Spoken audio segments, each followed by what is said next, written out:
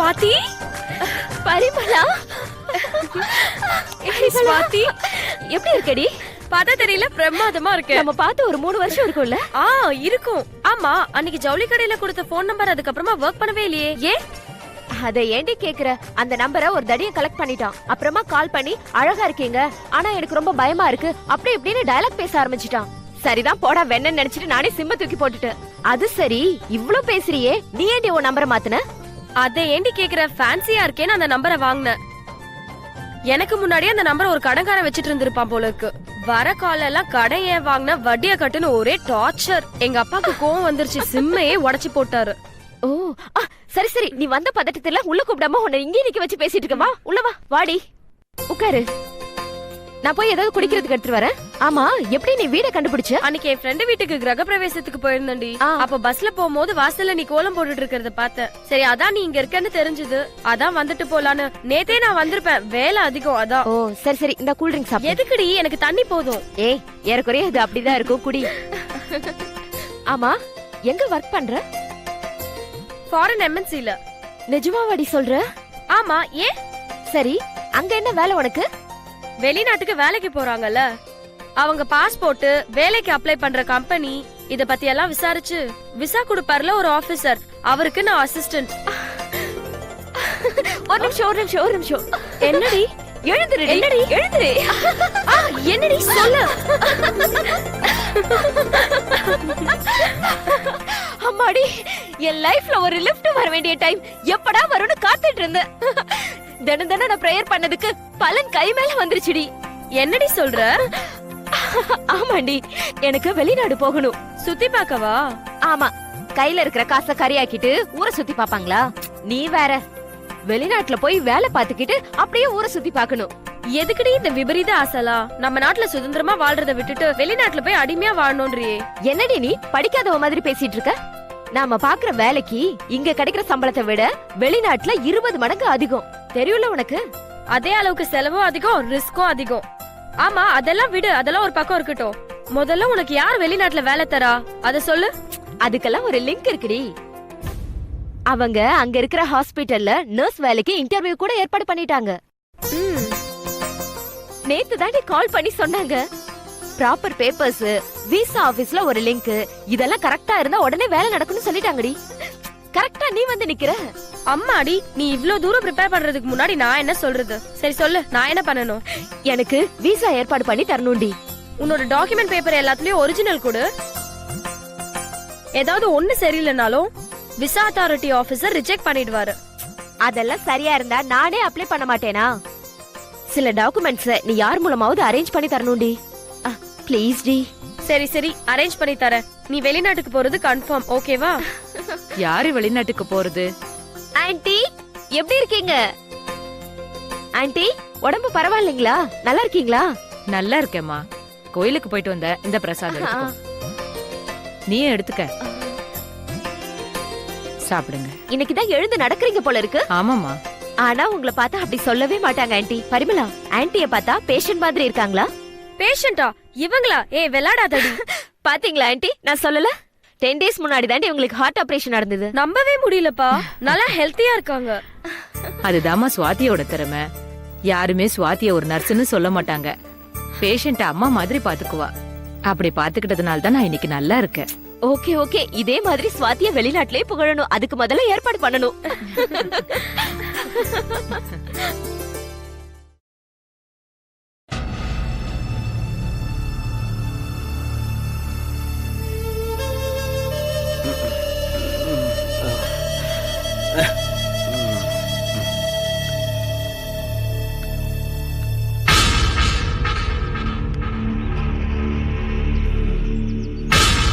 Arun, bed coffee கொண்டு வா. நீயே வந்து எடுத்துக்கப்பா.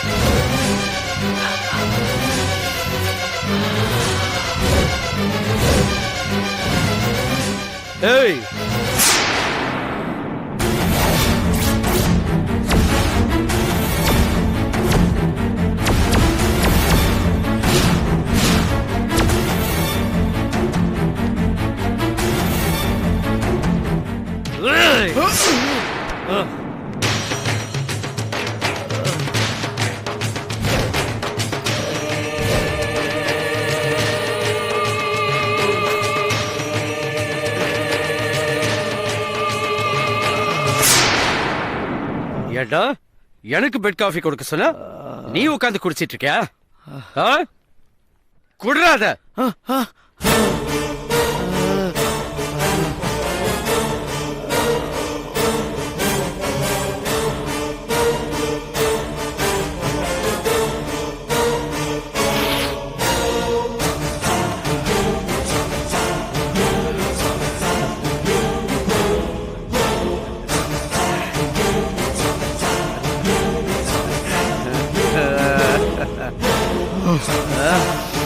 ஏய்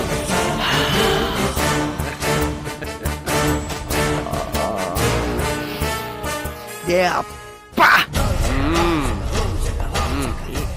எதுக்குதா என்ன எட்டு வச்சா நான் உன்னை பெத்தவன்டா அப்படித்தான்டா உதப்பேன் அப்படிதான் உழைப்பா என்ன எட்டு வச்சல உன என்ன பண்ற பாரா